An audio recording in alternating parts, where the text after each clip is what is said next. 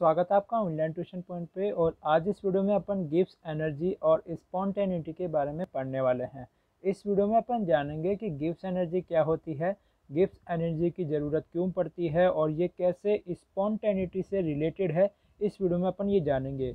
और इस वीडियो में आगे अपन ये भी जानेंगे कि जो गिब्स एनर्जी की इक्वेशन है उसमें जब वैल्यूज़ को चेंज करके एग्ज़ाम्स में पूछा जाता है कि ये रिएक्शन स्पॉन्टेनियस है या नहीं है, उसकी सारी पॉसिबिलिटीज़ इस वीडियो में अपन आगे डिस्कस करेंगे। अगर आपको वो सब जानना है तो डिस्क्रिप्शन में उसका टाइम दे रखा है, आप वहाँ पे जाकर डायरेक्टली उसे देख सकते हैं। और पहले अपन ये जानेंगे कि गिब्स एनर्जी होती क्या है और ये कैसे स्पॉन्टेनिटी से रिलेटेड होती है। तो चलिए अपन वीडियो को स्टार्ट करते हैं। गिब्स एनर्जी अगर अपन को समझना है तो उससे पहले अपन को केमिकल रिएक्शन के बारे में थोड़ा जान लेना ज़रूरी है। कोई भी केमिकल रिएक्शन होती है उसमें दो चीज़ें होती है। सबसे पहले अपन लिख लेते हैं एंथैल्पी और सेकंड होती है एंट्रोपी। अभी जो एंथैल्पी होती है, एंथैल्पी का मीनिंग होता है डेल एच, जिसको अपन हीट बोलते हैं। तो कोई भी रिएक्शन होती है उसमें हीट का एक्सचेंज होना ज़रूरी है, तो उसको अपन बोलते हैं एंथैल्पी। और उसी केमिकल रिएक्शन में एंट्रोपी का मीनिंग होता है डिसऑर्डरनेस। तो जब भी किसी केमिकल रिएक्शन में डिसऑर्डरनेस इंक्रीज होता है तो उसको अपन कहते हैं, मतलब एंट्रोपी को अपन डेल एच से रिप्रेजेंट करते हैं, जो कि होती है पॉजिटिव। तो अगर कोई पॉजिटिव होती है डेट मीन्स होता है उसकी डिसऑर्डरनेस इंक्रीज हो रही है। मतलब किसी भी केमिकल रिएक्शन में अगर डिसऑर्डरनेस इंक्रीज हो रही है तो वो डेल एच पॉजिटिव होता है और उसी रिएक्शन को अपन क्या बोलते हैं, स्पॉन्टेनियस। अभी स्पॉन्टेनियस क्या होता है? स्पॉन्टेनियस का मीनिंग होता है वो केमिकल रिएक्शंस जिनमें किसी एक्सटर्नल वर्क या एनर्जी देने की ज़रूरत नहीं है, वो अपने आप कंटिन्यू रहती है और होती रहती है।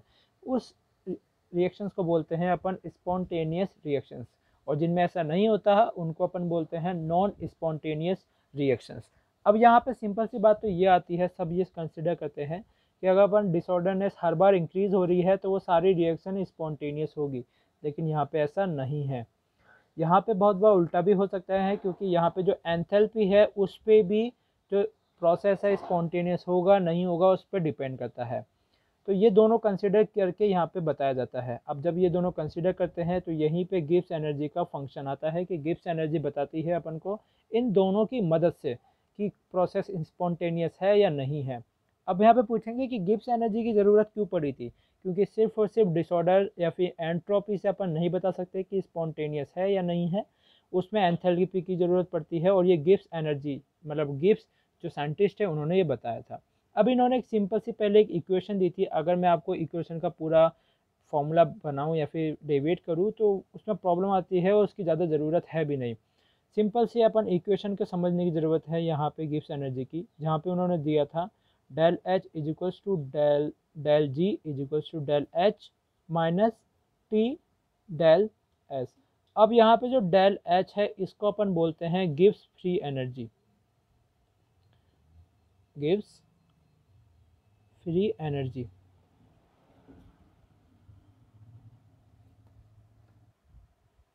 अब ये जो इक्वेशन दी गई है गिब्स के थ्रू, ये बताती है कि कोई सी भी केमिकल रिएक्शन थर्मोडायनामिकली पॉसिबल है या नहीं है। तो यहाँ पे जो गिब्स फ्री एनर्जी है वो रिप्रेजेंट करती है कि कोई भी रिएक्शन जब फॉरवर्ड होती है या फिर कंटिन्यू होती है तो वो जो एनर्जी रिलीज़ करता है या एब्जॉर्ब करता है। मान लीजिए कोई भी रिएक्शन फॉरवर्ड हो रही है और वो एनर्जी रिलीज़ कर रही है, तो अपन उस एनर्जी को यूज़ कर सकते हैं और उसी को अपन बोलते हैं गिब्स फ्री एनर्जी। जहाँ तक कि डिसऑर्डर की बात है तो मैक्सिमम टाइम भी जब डिसऑर्डरनेस इंक्रीज होती है तो एनर्जी रिलीज होती है। अब यहाँ पे अपन एक चीज़ समझ लेते हैं कि ये जो डेल एच है ये तो है एंथैल्पी और ये डेल एस है ये है एंट्रोपी। और यहाँ पे जो टी है, टी रिप्रेजेंट कर रहा है टेम्परेचर।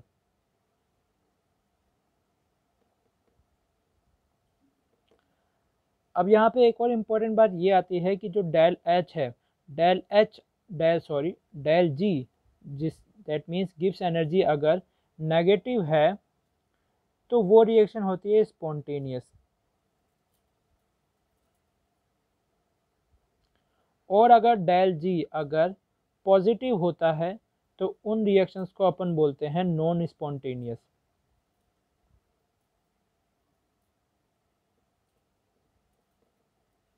तो यहाँ से अपन ने समझ गए होंगे कि अगर अपन को कोई सी भी रिएक्शन का पता लगाना है कि वो स्पॉन्टेनियस है या नहीं है, तो अपन उसको सिर्फ डेल जी अपन को कैलकुलेट करना है। तो ये तो अपने बात कर ली है गिब्स एनर्जी के इंट्रोडक्शन की, कि गिब्स एनर्जी की ज़रूरत क्यों पड़ी, क्योंकि एंथैल्पी और एंट्रोपी पे बेस्ड होती है स्पॉन्टेनिटी। अब अपन यहाँ पे अब जानेंगे कि ये जो गिब्स एनर्जी है ये कैसे स्पॉन्टेनिटी से कनेक्टेड है, कि ये कैसे एग्जाम्स में पूछा जाता है कि रिएक्शन में डेल एच टी और डेल एस चेंज करने से कैसे वो रिएक्शन स्पॉन्टेनियस है या नहीं है, उसके बारे में अब अपन यहाँ पे जानेंगे। तो चलिए अपन अब उसका एक चार्ट बना लेते हैं। तो जैसा कि यहाँ पे मैंने चार्ट बना लिया है, तो यहाँ पे चार्ट में अपन सबसे पहले समझेंगे process, sign of del H S and sign of del G, that means Gibbs energy. और यहाँ पर डेल एस यहाँ पे इस इक्वेशन से यहाँ से लिया गया है। तो यहाँ पर डेल एस में क्या क्या चेंजेस आते हैं, तो डेल जी में क्या क्या चेंजेस आएंगे और कौन सा प्रोसेस वो होगा वो अपन समझेंगे। सबसे पहले अपन देखते हैं, अगर डेल एस पॉजिटिव है, ठीक है, डेल एस अगर पॉजिटिव है, और डेल एच की बात अपन अभी यहाँ पे नहीं कर रहे हैं, ठीक है। डेल एस अगर पॉजिटिव है तो ये डेल जी होता है वो नेगेटिव हो जाता है, और अगर डेल जी नेगेटिव है जैसे कि मैंने कहा, तो ये प्रोसेस हो जाती है स्पॉन्टेनियस। उसके बाद अपन बात करते हैं कि अगर डेल एस अगर नेगेटिव है, तो यहाँ पे जो डेल जी होता है वो हो जाता है पॉजिटिव, और पॉजिटिव अगर ये होता है तो यहाँ पे जो प्रोसेस है वो हो जाती है नॉन स्पॉन्टेनियस।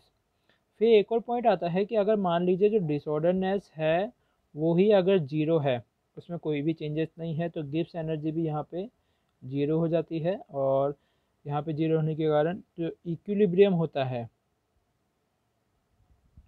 वो यहाँ पे अटेन हो जाता है, इक्विलिब्रियम स्टेट यहाँ पे आ जाती है।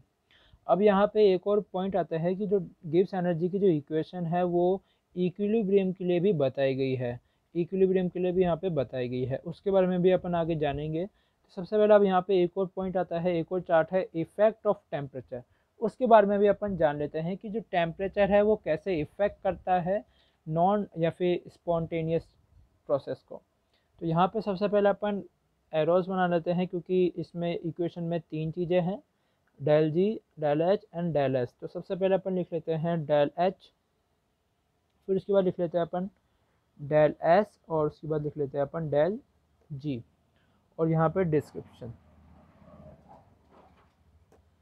तो अपन यहाँ पे अब सारी पॉसिबिलिटीज़ के बारे में जानेंगे जो एग्जाम्स में आपसे पूछी जाती है, नीट में भी ये पूछा जाता है।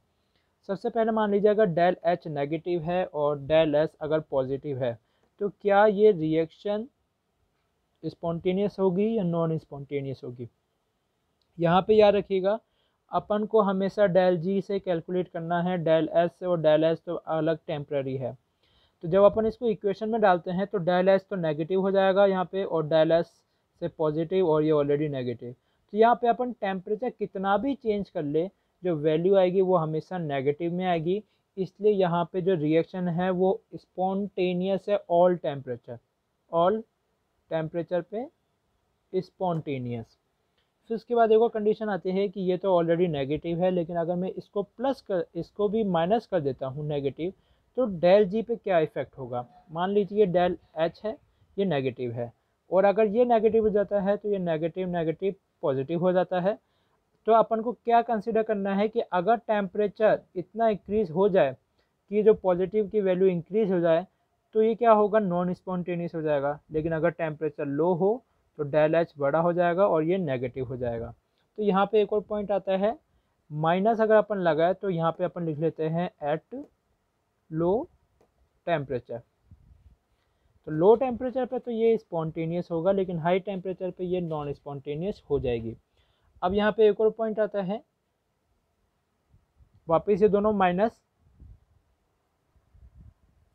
वही माइनस माइनस, लेकिन इस टाइम पे यहाँ पे प्लस होगा अगर टेम्परेचर एट हाई टेम्परेचर, और ये प्रोसेस हो जाएगी नॉन स्पॉन्टेनियस।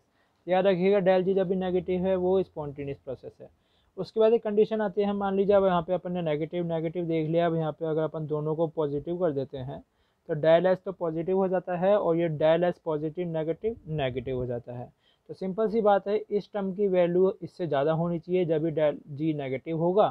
तो यहाँ पे क्या करते हैं अपन, यहाँ पे अगर ये नेगेटिव है, that means at high temperature पे डेल जी की वैल्यू आएगी नेगेटिव, और डेल जी की वैल्यू अगर नेगेटिव है तो ये स्पॉन्टेनियस है। सेम अगली कंडीशन अगर अपन देखते हैं, वापस दोनों को प्लस प्लस करते हैं। अब यहाँ पे हाई टेम्परेचर था, अगर यहीं पे ये लो टेम्परेचर हो जाए, एट लो टेम्परेचर, तो डेल जी की वैल्यू आ जाती है पॉजिटिव, और ये हो जाती है नॉन स्पॉन्टेनियस प्रोसेस। फिर इसके बाद एक और कंडीशन आती है, जैसे कि यहाँ पे माइनस प्लस था, अब इसको अपन उल्टा कर देते हैं, यहाँ पे कर देते हैं अपन प्लस, यहाँ पे कर देते हैं अपन माइनस। तो यहाँ पे क्या कंडीशन आती है, याद रखिएगा, यहाँ पे एक स्पेशल कंडीशन है और यहाँ पे एक स्पेशल कंडीशन है।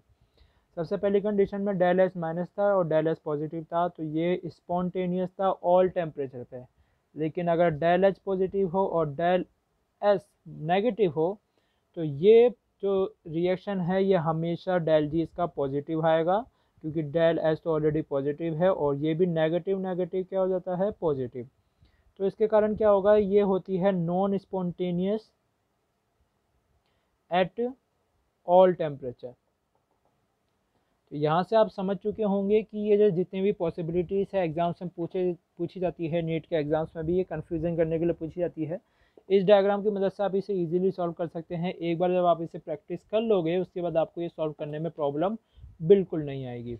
अब यहाँ पे एक और जो मैंने कहा था कि ये इसको दे रखा है इक्विलिब्रियम के लिए, तो यहाँ पे मैं एक और इक्वेशन बना के बताता हूँ कि इक्विलिब्रियम में इसको कैसे रिप्रेजेंट किया जाता है। अब यहाँ पे अगर अपन स्टैंडर्ड फ्री एनर्जी की बात करते हैं किसी भी रिएक्शन में, तो उसको अपन लिखते हैं del R G dot is to del F G minus del F G. यहाँ पे ये होता है प्रोडक्ट और ये होता है रिएक्टेंट। अब यहाँ पे बताया जा रहा है कि जो प्रोडक्ट की जो गिब्स एनर्जी है और जो रिएक्टेंट की गिब्स एनर्जी है, उसको ये माइनस करके ये इक्वेशन बनती है, जिससे कि आप स्टैंडर्ड फ्री एनर्जी निकाल पाएंगे किसी भी रिएक्शन की, रिएक्टेंट और प्रोडक्ट की एनर्जी को यहाँ पे सब्सट्रैक्ट करके। फिर उसके बाद आता है relation between the Gibbs energy and equilibrium constant. उसके बारे में अगर अपन बात करते हैं तो उसका सिंपल सा इक्वेशन है which is equals to del G is equals to del G standard Gibbs energy. जैसे कि यहाँ पे जब भी ये लग जाता है तो इसको बोलते हैं standard Gibbs energy, plus R T L N Q. अब ये जो क्यू है ये है रिएक्शन क्यूशेंट, तो अपन समझ चुके होंगे इसको रिएक्शन क्यूशेंट बोलते हैं। लेकिन जब बात आती है इक्विलिब्रियम की, तो इक्विलिब्रियम में क्या होता है वो भी यहाँ पे आप देख लीजिए। इक्विलिब्रियम में क्या होता है, जो गिब्स एनर्जी होती है ये वो हो जाती है 0, और जो क्यू हो जाता है वो हो जाता है के।